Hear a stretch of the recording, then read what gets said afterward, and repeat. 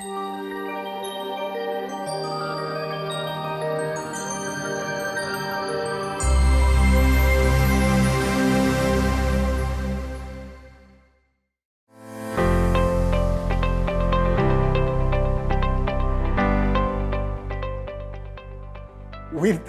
ஆண்டவர், ஹல்லேலூயா, அவருடைய நாமத்திலே இந்த ஆசீர்வாதமான நாளிலே உங்களை வாழ்த்துவதில் நான் சந்தோஷப்படுகிறேன். பிரியமானவர்களே, உயிர்த்தெழுதல் என்ற இந்த பண்டிகைக்குள்ளாக நாம் ஆண்டவருடைய கிருபையினாலே திரும்பவுமாக கொண்டு வரப்பட்டிருக்கிறோம். ஆண்டவருக்கு ஸ்தோத்திரம். உயிர்த்தெழுதல் அப்படின்னு அந்த வார்த்தையை கேள்விப்பட்ட உடனேயே பவுல் பிலிப்பியர் 3:10 சொல்கிறாரே, உயிர்த்தெழுதலின் வல்லமையையும் அறிகிறதற்கும். ஆக அந்த உயிர்த்தெழுதலின் வல்லமை எந்த விதத்தில் செயல்பட்டது என்பதை நாம் இயேசு சிலுவைக்கு போகிறதுக்கு முன்னாலேயே நாம் பார்க்கிறோம். இயேசு மார்த்தாளை நோக்கி சொல்கிறார், உன் சகோதரன் உயிர்த்தெழுந்திருப்பான் என்று.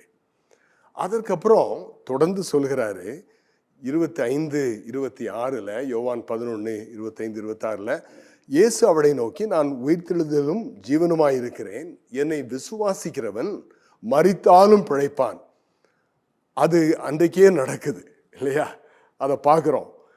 தொடர்ந்து ஆண்டவர் சொல்றாரு, உயிரோடு இருந்து என்னை விசுவாசிக்கிறவனவனும் என்றென்றைக்கும் மறியாமலும் இருப்பான். இதை விசுவாசிக்கிறாயா என்றார். வெறும் வார்த்தைகள் அல்ல, வல்லமை நிறைந்த ஆண்டவர், தேவாதி தேவன் மனுடாவதாரமாக வந்தாரு, உண்மைதான். ஆனா வல்லமை அவருக்குள்ள இருந்துச்சு. அந்த வல்லமையினால அன்னைக்கு லாசரு உயிரோட எழுப்பப்படுகிறார் என்பதை பார்க்கிறோம். அது மாத்திரமல்ல, அந்த செய்தியை கேட்ட எல்லாரும் ஆச்சரியப்பட மாத்திரம் ஆரம்பிக்கல, அவரை பின்பற்றவும் ஆரம்பித்தாங்களாம். இதை பொறுக்க முடியாம யோவான் 12:19 அவரை வாசிக்கிறோம். அப்பொழுது பரிசேயர் ஒருவரை ஒருவர் நோக்கி, நீங்கள் செய்கிறதையெல்லாம் வீணென்று அறிகிறது இல்லையா? இதோ உலகமே அவனுக்கு பின் சென்று போயிட்டே என்று சொல்லி அவர்கள் வருந்த ஆரம்பித்தார்களாம். இந்த லாசரு சம்பவத்தினாலதான் அப்படிப்பட்ட ஒரு வல்லமையினுடைய வெளிப்பாடு இயேசு கிறிஸ்துனுடைய ஊழியத்துல அன்றைக்கு காணப்பட்டது என்பதை நாம் பார்க்கிறோம். எனக்கு அருமையான சகோதரனே, சகோதரியே, நாம் பாரம்பரியமாக இந்த ஈஸ்டர் பண்டிகையை கொண்டாட வரல. இந்த உயிர்த்தெழுதல் என்ற சத்தியத்தை சொந்த வாழ்க்கையில, அடுத்தது சொந்த வாழ்க்கையின் மூலமாக மற்றவர்களுடைய வாழ்க்கையில நாம் ஏற்படுத்தும் தாக்கத்தின் மூலமாக நாம் அனுபவிக்க விரும்புகிறோம். ஆக தொடர்ந்து இந்த செய்தியின் முக்கியமான பகுதிக்கு நான் உங்களை எடுத்து செல்ல விரும்புகிறேன். அதுக்கு முன்னால ஒரு சம்பவம் எனக்கு ஞாபகம் வருது. 2000 ஆண்டுகளுக்கு முன்பால மாத்திரம் அல்ல, இந்த நாட்கள்லையும் ஆண்டவருடைய அந்த வல்லமை பயங்கரமா தீவிரமா கிரியை செய்கிறத நம்முடைய நாட்டின் எல்லா திக்குகளிலும் பார்க்கிறோம். என்னோடு கூட தொடர்ந்து சிந்திக்க உங்களை நான் அழைக்கிறேன். சரி, உயிர்த்தெழுதலின் வல்லமை என்று சொல்லும்போது ஏதோ அற்புதங்கள், அடையாளங்கள், இந்த காரியங்கள் நடக்கிறது தான் நாம் பெரிதுபடுத்தணும் என்று அர்த்தம் அல்ல. மிக முக்கியமாக அந்த உயிர்த்தெழுதல் வல்லமையினால என்னுடைய வாழ்க்கை மாறுது, தலைகீழா மாறுது. அது மாத்திரமல்ல, என் வாழ்க்கையின் மூலமா மற்றவங்களுக்கு உண்மையான ஆசீர்வாதம், அவருடைய வாழ்க்கையில இயேசுவின் அன்பு பாய்ந்தோட முடியும், இயேசுவின் சமாதானம் பாய்ந்தோட முடியும், இயேசுவின் உதவிகள் பாய்ந்தோட முடியும். இதை பற்றி தான் பார்க்க போறோம். பிரியமானவர்களே, இங்க பவுல் இதை பிலிப்பியர் 3:10 சொல்லும்போது, உயிர்த்தெழுதலின் வல்லமையை நான் அனுபவிக்க விரும்புகிறேன் என்று சொல்லும்போது, அவர் அதுக்கு முன்னால தீமோத்தேயுவினிடத்துல சொன்ன வார்த்தைகள் எனக்கு ஞாபகத்துக்கு வருது. 1 தீமோத்தேயு 1:13 நாம் பார்க்கிறோம். தன்னை பற்றி பவுல் சொல்கிறான், முன்னே நான் தூஷிக்கிறவனாகவும் துன்பப்படுத்துகிறவனாகவும் கொடுமை செய்கிறவனுமாயிருந்தேன். அப்படி இருந்தும் நான் அறியாமல் அவிசுவாசத்தினாலே அப்படி செய்தபடியினால் இரக்கம் பெற்றேன். பாவிகளை ரட்சிக்க கிறிஸ்து இயேசு உலகத்தில் வந்தார் என்கிற வார்த்தை உண்மையும் எல்லா அங்கீகரிக்கும் பாத்திரமானது. அவர்களில் பிரதான பாவி நான். இப்படித்தான் அவர் தன்னை பத்தி சொல்றாரு. ஆனா அதோட கதை முடியல இல்லையா? அது நமக்கு தெரியும். அப்படி பாவியா, துன்பப்படுத்துகிறவனா, கொடுமை செய்கிறவனா இருந்த அந்த பவுல் இப்படியும் சொல்லுகிறார். பிலிப்பியர் 3:10, இதுதான் நம்முடைய முக்கியமான பகுதி. 3:10, இப்படி நான் அவரையும் அவருடைய உயிர்த்தெழுதலின் வல்லமையையும் அவருடைய பாடுகளின் ஐக்கியத்தை அறிகிறதற்கும் அவருடைய மரணத்திற்கு ஒப்பான மரணத்திற்குள்ளாகி எப்படியாயினும் நான் மரித்தோரிலிருந்து உயிரோடு இருந்திருப்பதற்கு தகுதியாகும்படிக்கும் 11ஆம் வசனத்தை 13, 14 வசனங்களை நீங்க வாசித்து பார்த்துக்கிடுங்க. சாராம்சத்தை சொல்லுகிறேன். அவர் என்ன சொல்றாரு? நான் இயேசுவுக்காக நான் வாழ என்னை ஒப்பு கொடுத்திருக்கிறேன். ஆகையினால அவருடைய சிலுவை மரணத்தினால என் வாழ்க்கை முற்றிலும் மாற்றப்பட்டுச்சே, அதை நான் நினைவு கூறுகிறேன். அது இல்லாம நான் அவருக்காக வாழ முடியாது, அவருக்காக நான் ஊழியம் செய்ய முடியாது. இதை நீங்க கொஞ்சம் சிந்திச்சு பார்க்கணும். ஆக இந்த உயிர்த்தெழுதலின் வல்லமையை பற்றி இன்றைக்கு காலையில நாம் ஏன் பேசிக்கொண்டிருக்கிறோம் தெரியுமா? முதலாவது, இவருடைய வாழ்க்கை எப்படி மாற்றப்பட்டதோ அப்படி மாற்றப்படுவதற்கு சிலுவை முதல்ல நம்முடைய வாழ்க்கையில வேணும். அதைத்தான் அவருடைய பாடுகளின் ஐக்கியத்தையும் அறிகிறதற்கும் அவருடைய மரணத்திற்கு ஒப்பான மரணத்திற்குள்ளாகி. ஆக ஒன்று, நான் பாவத்துக்கு, என்னுடைய பாவ சரீரத்துக்கு, என்னுடைய பாவ சிந்தனைக்கு, பாவ வாழ்க்கைக்கு நான் அவருக்குள்ளாக மரித்த அனுபவம் உண்டு. நான் அதை நினைவு கூறுகிறேன். அதனால தான் என் வாழ்க்கை மாறிச்சு. அடுத்தது, அவருடைய உயிர்த்தெழுதலினுடைய வல்லமையினால நான் அவருக்காக வாழ முடியும், சாட்சியா வாழ முடியும். அது மாத்திரமல்ல, உலகம் எங்கிலும் போய் அவரை பற்றி நான் பறைசாற்ற முடியும். அதைத்தான் நான் செய்து கொண்டு இருக்கிறேன் என்று சொல்லி இந்த பகுதியின் மூலமாக இயேசுவினுடைய உயிர்த்தெழுதல் தன்னுடைய வாழ்க்கையை எப்படி மாற்றுச்சு, தன்னுடைய வாழ்க்கையின் மூலமா மற்றவருடைய வாழ்க்கையில எப்படிப்பட்ட ஒரு தாக்கத்தை விளைவித்து கொண்டிருக்கிறது என்பதை மிகவும் அழகாக அவர் சொல்கிறத பார்க்கிறோம். பிரியமானவர்களே, திரும்பவும் சொல்கிறேன், பாரம்பரிய ரீதியாக மாத்திரம் இந்த ஈஸ்டர் பண்டிகையை நாம் ஆசரிக்க வேண்டாம். ஆண்டவருடைய சிலுவை மரணத்தை அறிந்த நாம் முதலாவது கேட்டு பார்ப்போம். ஆண்டவரே, என்ன எனக்கு தெரியும், உம்முடைய சிலுவை மரணத்தினால என் வாழ்க்கைய தலைகீழா நீர் மாற்ற முடியும். ஒருவேளை அப்படி ஏற்கனவே அவர் மாற்றி இருந்தார்னா அந்த நேரத்தில் ஆண்டவருக்கு நன்றி செலுத்துவோம். ஆண்டவரே, நான் பாவி ஆண்டவரே, நானும் பவுலை போல என்னை பற்றி சொல்ல முடியும். தூஷிக்கிறவன், துன்பப்படுத்துகிறவன், கொடுமை செய்கிறவன், பாவி. ஆனா என்னை மாற்றினீங்கப்பா, நன்றியப்பா, நன்றி. ஆகையினால நான் இன்றைக்கு திரும்பவும் ஒப்பு கொடுத்து சொல்லுகிறேன், நான் வேண்டுமென்றே பாவத்தில் நிலைத்திருக்கும் ஜீவியத்தை முற்றிலும் புறக்கணிக்கிறேன். அதுக்கும் இந்த உயிர்த்தெழுதலின் வல்லமை நமக்கு உதவி செய்யும். பிரியமானவர்களே, ஆமா, ஒரு நாள்ல நானும் ஆண்டவரை சந்திச்சேன். ஆண்டவருக்கு என்னுடைய பாவ ஜீவியத்தை ஒப்பு கொடுத்தேன், பாவ மன்னிப்பு பெற்றேன், ஆண்டவருக்காக வாழ ஆரம்பித்தேன். ஆனா அது ரொம்ப கஷ்டமா இருந்துச்சு.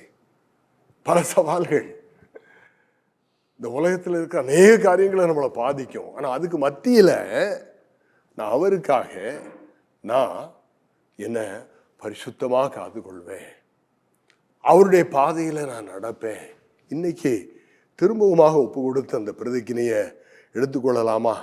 இப்படிப்பட்ட ஒரு திட்டவட்டமான ஒரு அனுபவத்தை ஆண்டவர் நமக்கு தந்த பிறகுதான் இந்த பவுல் சொல்லுகிற இந்த உயிர்த்தெழுதலின் வல்லமையினுடைய அடுத்த ஒரு பிரயோஜனத்தை நம்முடைய வாழ்க்கையில அவர் முழுமையா கொண்டு வர முடியும். ஆக இதுவரைக்கும் எப்படி பவுலுடைய வாழ்க்கை மாற்றப்பட்டுச்சு அப்படின்னு பார்த்தோம்.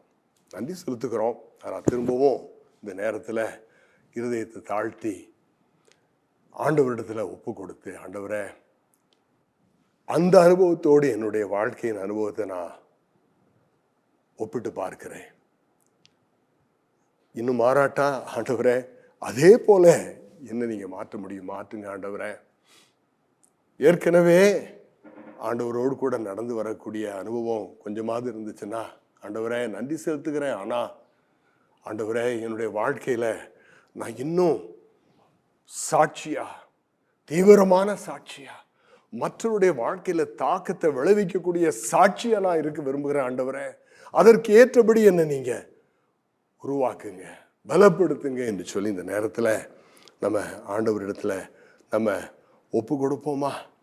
அது மிகவும் முக்கியம் பிரியமானவர்களே. ஒருவேளை உங்களை பற்றி ஒரு நல்ல ஒரு எண்ணம் அந்த நேரத்தில் இருக்கலாம். ஆமாம், நான் ஆண்டவருடைய கிருபையினால அவரோடு கூட நடந்து வருகிறேன். ஆனால் உங்களிடத்துல கேட்கிறேன், உங்களுடைய பிள்ளைகளை பற்றி என்ன? அவர்கள் உண்மையிலேயே ஆண்டவரை பின்பற்றுகிறாங்க? வீட்டில் வளர்கிற பிள்ளைகள் அல்லது தூரத்தில் இருக்கிற பிள்ளைகள், திருமணமானவர்கள், அவருடைய பிள்ளைகள், இவர்களை குறித்த ஒரு உண்மையான ஒரு ஆவிக்குரிய கரிசனை இருதயத்தில் இருக்கணும். அது மாத்திரமல்ல, சபைக்கு போய் வருகிறோம், வித்தியாசமான விதவிதமான வாழ்க்கைகளை பார்க்கிறோம்.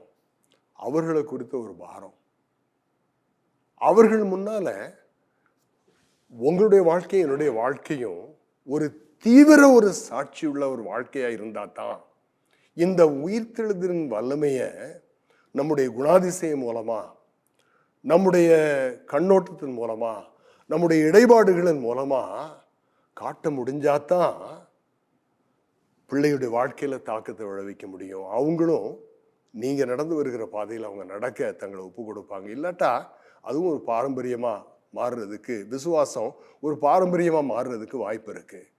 சபையில் இன்னைக்கு அதை தான் பார்க்கிறோம். பாரம்பரியத்தை தான் அங்க பார்க்கிறோமே தவிர பண்படுத்தப்பட்ட அநேக இதயங்களை பார்க்க முடியல. ஆனா அதை குறித்து குறை சொல்லி கொண்டு வீட்டில் உட்கார்ந்துருந்தோம்னா அதுல அர்த்தம் இல்லை. என் வாழ்க்கை அப்படிப்பட்ட ஒரு கண்ணோட்டத்தை எனக்கு கொடுக்குதுன்னா, என் வாழ்க்கை ஆண்டவருக்குள்ளாக பலப்படும் போது நான் செல்லுகிற இடங்கள் எல்லாம் குடும்பத்துல, அக்கம் பக்கத்துல, சமுதாயத்துல, சபையில பெரிய தாக்கங்களை நான் விளைவிக்க முடியும். இப்படிப்பட்ட மாற்றங்களை பவுல் பெற்றுக்கொண்டார் என்பது நமக்கு தெரியும். ஆகையினால்தான் அவரை பற்றி நம்ம பேசணும். சரி, பவுல் தொடர்ந்து கொலோசேயருக்கு எழுதுகிற நிருபத்துல கருக்கான காரியங்களை இது தொடர்பா அவர் நமக்கு சொல்லி கொடுக்கிறார். அதையும் நம்ம பார்ப்போம். ஏன்னா திரும்பவும் சொல்லுகிறேன், பாரம்பரிய ரீதியா இந்த பண்டிகையை கொண்டாடுவதற்காக நீங்களும் நானும் ஆயத்தமாகலை. இந்த உயிர்த்தெழுதலின் வல்லமை என்னை மாற்றுச்சு. என் மூலமா என் குடும்பத்தை, என் அக்கம் பக்கத்தில் உள்ளவர்களை, சமுதாயத்தை, சபையை மாற்றணும். அதுக்கு என்ன வழி? இதுதான் வழி. சரி, அதை பற்றி கொலோசையிலிருந்து ஒரு சில பாடங்களை வேகமாக படிச்சுட்டு நம்ம இந்த செய்தியை நிறைவு செய்ய போகிறோம். அதுக்கு முன்னால இன்னொரு சம்பவம் எனக்கு ஞாபகம் வருது. ஒரு முறை நான் பம்பாய் பட்டணத்துக்கு நான் போயிருந்தேன். அங்க ஒரு சுயாதீன ஊழியர், அவரை உற்சாகப்படுத்தும் விதத்தில் 5 வருடங்கள் அவருக்கு வேத பயிற்சியை நாங்கள் கொடுத்து அனுப்பியிருந்தோம். ஒரு சேரி பகுதியில் வாழுகிறவர். அவர் வீட்டில் போய் உட்கார்ந்து அவருடைய கதையை கேட்டால் அவர் என்ன சொன்னா தெரியுமா? இந்த பம்பாய் பட்டணத்தில் கொடூரமான கொலைகள், உபச்சாரங்கள், கற்பழிப்புகள், ஆட்களை கடத்துவது, இவன் கொலை, இவைகளில் ஈடுபட்டிருந்த கும்பல்ல நான் ஒரு அங்கத்தினராக இருந்தேன் ஒரு காலத்துல. ஆனா இயேசு என்னுடைய வாழ்க்கையை மாற்றினார். இன்றைக்கு இந்த ஏரி பகுதியில் உள்ள வீடுகளுக்கு என்னை கொண்டு சென்று அவரால் மாற்றப்பட்ட குடும்பங்கள், தனிநபர்கள், அவர்களுக்கு அறிமுகம் செய்து வைத்து, இந்த மனுஷன் இப்படி இருந்தான், இந்த குடும்பம் இப்படி இருந்துச்சு, அந்த குடும்பம் இந்த நிலைமையில இருந்துச்சு, ஆனா இன்னைக்கு என் வாழ்க்கையை மாற்றின ஆண்டவருடைய அந்த வல்லமை, அந்த உயிர்த்தெழுதலின் வல்லமை இன்னைக்கு அவருடைய வாழ்க்கையில காணப்படுதுன்னு சொல்லி கிட்டத்தட்ட 720 பேரை ஆண்டவர் பக்கம் அது வரைக்கும் அவர் கொண்டு வந்திருந்தார். இதுக்கு அடையாளங்களை நான் அன்றைக்கு பார்க்க முடிஞ்சது. குடும்பமா அந்த சேரிக்குள்ளேயே வாழ்ந்து, ஒரு சின்ன ஒரு வீட்டில் வாழ்ந்து ஊழியத்தை செய்து கொண்டிருந்த அந்த சகோதரனை என்னால் மறக்கவே முடியாது. ஆம் பிரியமானவர்களே, இப்படிப்பட்ட உயிர்த்தெழுதலின் வல்லமை இந்த கொலோசையர்ல பார்க்கிறோம். 2:13 பார்க்கிறோம். உங்கள் பாவங்களினாலேயும் உங்கள் மாம்ச விருத்த சேதனம் இல்லாமையினாலும் மரித்தவர்களாயிருந்த உங்களையும் அவரோட கூட உயிர்ப்பித்து அக்கிரமங்கள் எல்லாவற்றையும் உங்களுக்கு மன்னித்து என்று 13 பார்க்கிறோம். சாராம்சத்தை சொல்லுகிறேன். பாவங்கள்ல அவங்க மரித்திருந்தாங்களாம். பாரம்பரிய காரியங்களை தான் அவங்க பின்பற்றி கொண்டிருந்தாங்களாம். ஆனா அவருடைய வாழ்க்கை தலைகீழா மாறிச்சு. எப்படி மாறிச்சு? இந்த உயிர்த்தெழுந்த இயேசுவை பற்றி சுவிசேஷமா அங்க அறிவிக்கப்பட்டது. அதனால இந்த மக்கள், பாவத்தில் மூழ்கி இருந்த மக்கள், அக்கிரமங்களில் இருந்து விடுபட்டு ஆண்டவரை பின்பற்ற ஆரம்பித்தாங்களாம். பெரிய சாட்சியா இருந்தாங்களாம் அந்த நாட்கள்ல. அவருடைய அக்கிரமங்களை ஆண்டவர் மன்னித்தார் என்று சொல்லி இந்த 13 கடைசியில நாம் பார்க்கிறோம். அது மாத்திரம் இல்ல, 14 அந்த அக்கிரமங்களை, அவருடைய பாவங்களை அவர்கள் தங்களை தாழ்த்தி ஒப்பு கொடுத்ததுனால ஆணியினால சிலுவையில் அடித்தார் என்றும் அங்க நாம் பார்க்கிறோம். இதே அனுபவம் நமக்கு உண்டா? இதுல இருந்து நம்ம ஆரம்பிப்போம். உயிர்த்தெழுதலின் வல்லமை நம் மூலமாக பெரிய தாக்கங்களை, பெரிய விளைவுகளை உருவாக்க முடியும். ஆனா அதுக்கு ஆரம்பம் இதுதான். உண்மையிலேயே நாமும் இப்படிப்பட்ட ஒரு அனுபவத்தை பெற்றிருக்கிறோமா என்பதை இந்த நாளில் நாம் ஆண்டுடைய சமூகத்தில் உட்கார்ந்து கேட்டு பார்ப்போம், சிந்தனை செய்வோம், ஜெபிப்போம். ஒருவேளை அது என்னுடைய அனுபவமாக இருந்துச்சுன்னா, ஆண்டவரே நன்றி செலுத்துகிறேன், ஆண்டவரே நன்றி செலுத்துகிறேன், ஆனால் இதில் நிலைத்திருக்க விரும்புகிறேன். இன்னும் கூட கேட்டு பார்க்கலாம். சரி, ஒரு ஆரம்பம் இருக்கு, ஆனால் முழுமையாக மாற்றப்பட்டிருக்கிறா? தலைகீழ என்னுடைய வாழ்க்கை மாற்றப்பட்டிருக்கிறதா? என்னுடைய சிந்தனை, என்னுடைய அகத்தில் இருக்கக்கூடிய என்னுடைய குணாதிசயங்கள், அதுதான் வெளியில வருது. சில நேரங்களில் குணாதிசய கோளாறுனால பெரிய பிரச்சனைகள் குடும்பத்திலே உண்டாயிருது இல்லையா? ஆக உண்மையிலேயே இப்படிப்பட்ட ஒரு மாற்றத்தை பெற்றுதானா நான் இந்த உயிர்த்தெழுத ஆண்டவருக்கு உரியவளாக அவருடைய சபையில் நான் பங்கு சேர்ந்து கொண்டு இருக்கிறேன்? ஒன்று. ரெண்டாவது, நாம் பார்க்கிறோம் கொலோசியர் 3:1-2 தொடர்ந்து பவுல் இதெல்லாம் அனுபவித்து அவருடைய வாழ்க்கை பெரிய தாக்கத்தை விளைவித்துட்டு இருந்ததுனால அவர் திட்டவட்டமாக இங்கே சொல்ல முடியுது. பாருங்க, நீங்கள் கிறிஸ்துவுடன் கூட எழுந்ததுண்டானால் கிறிஸ்து தேவனுடைய வலது பாரிசத்தில் வீற்றிருக்கும் இடத்தில் உள்ள மேலானவைகளையே தேடுங்கள்.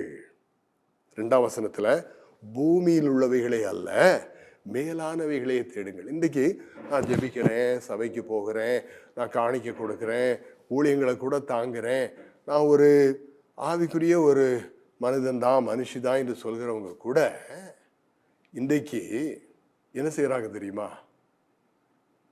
கீழானவைகளை, பூமிக்குரியவைகளை தான் தேடிக்கொண்டு இருக்கிறாங்க. உயிர்த்தெழுதலினுடைய வல்லமை, கிறிஸ்துவனுடைய உயிர்த்தெழுதலினுடைய வல்லமை பவுலுடைய வாழ்க்கையை தலைகீழா மாற்றி அவர் மூலமா பெரிய தாக்கத்தை விளைவித்தது போல நம்முடைய வாழ்க்கை மூலமாகவும் அப்படிப்பட்ட கிரியைகள் நடக்கணும். அப்படின்னா விசுவாசி எனக்கு இது வேணும் ஆண்டவரே, அது வேணும் ஆண்டவரே, இது அல்ல ஆண்டவரே, நம்முடைய ஃபாஸ்டிங் பிரேயர், ஊழியக்காரில் சந்திக்கக்கூடிய சந்திப்புகள், எழுதக்கூடிய கடிதங்கள், இவைகள் எல்லாம் எதில் நிறைந்திருக்கு தெரியுமா? எனக்கு இது தேவை, அது தேவை, இதுக்காக காத்திருக்கிறேன், அதுக்காக காத்திருக்கிறேன், கர்த்தரை ஆசீர்வதிப்பாரா? பாருங்க, உயிர்த்தெழுதலினுடைய வல்லமை உள்ள இருந்துச்சுன்னா இப்படிப்பட்ட ஒரு மாற்றம் உள்ள அகத்துக்குள்ள உருவாகுமா? பூமியில் உள்ளவைகளை அல்ல, மேலானவைகளையே நாடுங்கள். ஏன்னா ஒரு கூட்டம் சரி இயேசு கிறிஸ்துவை ஏற்றுக்கொள்கிறோம், என்ன கொடுப்பாரு என்று சொல்லி பின்பற்றி கொண்டிருந்துருச்சுன்னு நான் நினைக்கிறேன். ஆகையினாலதான் ஒரு தேவ ஊழியர் இப்படி சொல்றாரு, உயிர்த்தெழுதல் என்பது வெறும் ஒரு விசுவாச பிரமாணம் அல்ல. அவர் உயிர்த்தெழுந்தார் அப்படின்னு விசுவாச பிரமாணம் சொல்லுகிறோம். வெறும் விசுவாச பிரமாணம் மாத்திரமல்ல, சுயம் சார்ந்த வாழ்க்கையை மாற்றி ஆண்டவரை சார்ந்த வாழ்க்கையை நமக்கு தருகிறது. இன்றைக்கு அதுதான் ஆண்டவர் நமக்கு கொடுக்கிற பெரிய பரிசு. ஆண்டவரே, இப்படி கீழேயே பார்த்துக்கிட்டு சுற்றுமுற்றும் பார்த்துக்கிட்டே வாழ்க்கையை நான் கிறிஸ்தவ வாழ்க்கையை வாழ்ந்தேன்னா என் தேவையே சந்திக்க முடியாத ஒரு அவல நிலையில தான் நான் இருப்பேன். ஆனா என் வாழ்க்கையின் மூலமா சிலுவை என் வாழ்க்கையை தலைகீழாக மாத்துச்சு, உண்மைதான். அது மூலமா மற்றவருடைய வாழ்க்கையில தாக்கத்தை விளைவிக்கணும்னா நான் மேலானவைகளை தேட என்னை ஒப்பு கொடுக்கணும்.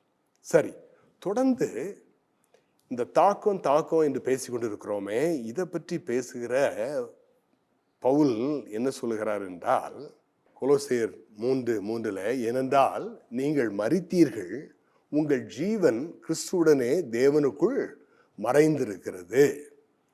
சரி, எப்போ மேலானவைகளை மாத்திரம் நாட முடியும், கீழானவைகளை நாடாதபடிக்கு? நாம் உண்மையிலேயே கிறிஸ்துவுக்குள்ள மரித்த அந்த ஒரு அனுபவம், அதனுடைய அர்த்தம், அதனுடைய தாக்கங்கள்லாம் நம்முடைய அகத்தில் தெரியும் போது. 12ஆம் வசனத்தை வாசிக்கிறேன். அதே அதிகாரத்தில், ஆகையால் நீங்கள் தேவனால் தெரிந்து கொள்ளப்பட்ட பரிசுத்தரும் பிரியருமாய் உருக்கமான இரக்கத்தையும் தயவையும் மனத்தாழ்மையையும் சாந்தத்தையும் நீடிய பொறுமையையும் தரித்து கொண்டு ஒருவரை ஒருவர் தாங்கி ஒருவர் பேரில் ஒருவருக்கு குறைவுபாடு உண்டானால் கிறிஸ்து உங்களுக்கு மன்னித்தது போல ஒருவருக்கொருவர் மன்னியுங்கள். உண்மையிலேயே இந்த உயிர்த்தெழுதல் பண்டிகையை சரியானபடி ஆவிக்குரிய ரீதியில எப்படி ஆசரிப்பது என்பதை குறித்து பேசிக்கொண்டிருக்கிறோம். நிச்சயமா இந்த உயிர்த்தெழுந்த ஆண்டவருடைய இந்த உயிர்த்தெழுந்த வல்லமை உங்களுடைய வாழ்க்கையில, இனி நான் சாதாரணமான விசுவாசி, நான் உண்டு என் குடும்பம் உண்டுன்னு இருக்கிறேன்னு இருக்க போறதில்லை. அக்கம் பக்கத்துல சபையில இந்த தாக்கத்தை நாம் பார்க்க போகிறோம். எப்படி பார்க்க போகிறோம்? அங்க நம் மூலமா இரக்கம், தயவு, மனத்தாழ்மை, பொறுமை, மன்னிப்பு இவைகளை நாம் கொண்டு செல்ல போகிறோம். மற்றவருடைய வாழ்க்கையை இந்த குணாதிசயங்கள் மூலமா ஆசீர்வதிக்க போகிறோம். ஒரு தேவ ஊழியர் இப்படியாக சொல்லி இருக்கிறாரு, சபையை கட்டமைப்போடு காத்துக்கொள்வது சபை ஒழுங்குகள் மாத்திரம் அல்ல, சபை அங்கத்தினருக்குள் பாய்ந்தோடும் உயிர்த்தெழுதலின் வல்லமையே. சபை அங்கத்தினருக்குள்ள அவர்களுக்கு ஊடாக பாய்ந்தோடக்கூடிய உயிர்த்தெழுதலுடைய வல்லமையே. அப்படிப்பட்ட சபையாரா நானும் நீங்களும் நாம் போய் வருகிற அந்த சபையில நாம் பங்கு பெறுவோம் என்றால், உயிர்த்தெழுதினால மாற்றப்பட்ட என்னுடைய வாழ்க்கையினுடைய தாக்கம் அங்க வெளிப்படுத்தப்படும்னா என்ன நடக்குமா? இன்னொரு ஊழியக்காரர் இப்படி சொல்லுகிறாரு, ஆண்டவரால் எழுப்பப்படும் சபையில், ஆண்டவரால் எழுப்பப்படும் கட்டி எழுப்பப்படும் சபையில் பெருமை சாகும், தாழ்மை வளரும். உயிர்த்தெழுந்த ஆண்டவரின் அன்பு இருதயங்களை இணைக்கும். ஆம் பிரியமானவர்களே, இதை குறித்து நாம் ஜெபிப்போமா? நீங்கள் என்னைக்காவது இதை பற்றி நினைத்தது உண்டா? போய் வருகிற சபையில் ஏதோ மற்றவங்கள பார்த்து பிரைஸ் தி லார்ட் சொல்லி அல்லது அவர்களை வாழ்த்திட்டு ஏதோ ஒரு சில சின்ன இடைபாடுகளோடு நான் திரும்பி வருகிறேனா? அல்லது ஆண்டவருக்காக தீவிரமா உள்ளும் புறமும் வாழ்றதுனால நல்ல ஒரு தாக்கத்தை நான் விளைவித்து கொண்டு இருக்கிறேனா? இதை ஒரு முக்கியமான ஒரு பாடமா இந்த ஈஸ்டர் பண்டிகை அன்னைக்கு நாம் எடுத்துக்கொள்வோம். அங்கே சண்டை, சச்சரவு, போட்டி, பொறாமை, இப்படிப்பட்ட உலகம் வெளியில் இருக்கிறதெல்லாம் சபையிலையும் இருக்கு. ஆனால் அதுக்கு ஒரு மாற்றம் வேணும்னா என் வாழ்க்கையிலிருந்து நாங்கள் வெளிப்படுத்தக்கூடிய தாக்கம் ஒருவேளை ஒரு துவக்கமாக இருக்கலாமே. சரி, அதே நேரத்தில் குடும்பத்தில் என்ன நடக்குது? ஏன்னா குடும்பத்தில் நம்ம எப்படி இருக்கிறோமோ அதைத்தான் நம்ம சபைக்கு கொண்டு போகிறோம். ஆகையினால பவுல் இதை திட்டவட்டமாக சொல்கிறாரு, இவை எல்லாவற்றிலும் பூரண சற்குணத்தின் கட்டாகிய அன்பை தரித்து கொள்ளுங்கள். மனைவிகளே, கர்த்தருக்கு ஏற்கும்படி உங்கள் புருஷருக்கு கீழ்ப்படியுங்கள். புருஷர்களே உங்கள் மனைவிகளில் அன்பு கூறுங்கள், அவர்கள் மேல் கசந்து கொள்ளாதிருங்கள். உண்மைதான்.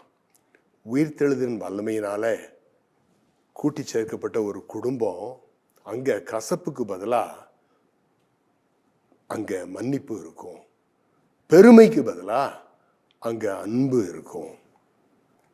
ஒரு மனிதனுக்குள்ள உயிர்த்தெழுதின் வல்லமை உண்மையிலேயே இருந்துச்சுன்னா தன்னுடைய மனைவி, குழந்தைகள், அருகில் உள்ளவர்கள் அவன் எப்படி நடத்துகிறான் என்பது மிக வெளிப்படையா அது தெரியும்.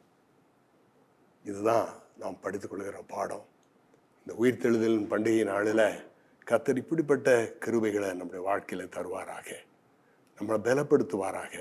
தனிப்பட்ட வாழ்க்கையில, குடும்ப வாழ்க்கையில, சமுதாய வாழ்க்கையில, சபை வாழ்க்கையில அவருடைய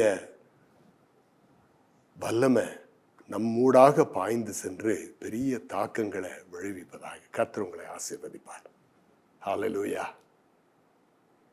மேலும் விவரங்களுக்கு சர்வ் இந்தியா ஊழியங்கள் 19 வெள்ளிமேடு, பூலுவப்பட்டி, கோயம்புத்தூர் 641101, தொலைபேசி எண் 7070709735 மற்றும் 04-2235-25-115.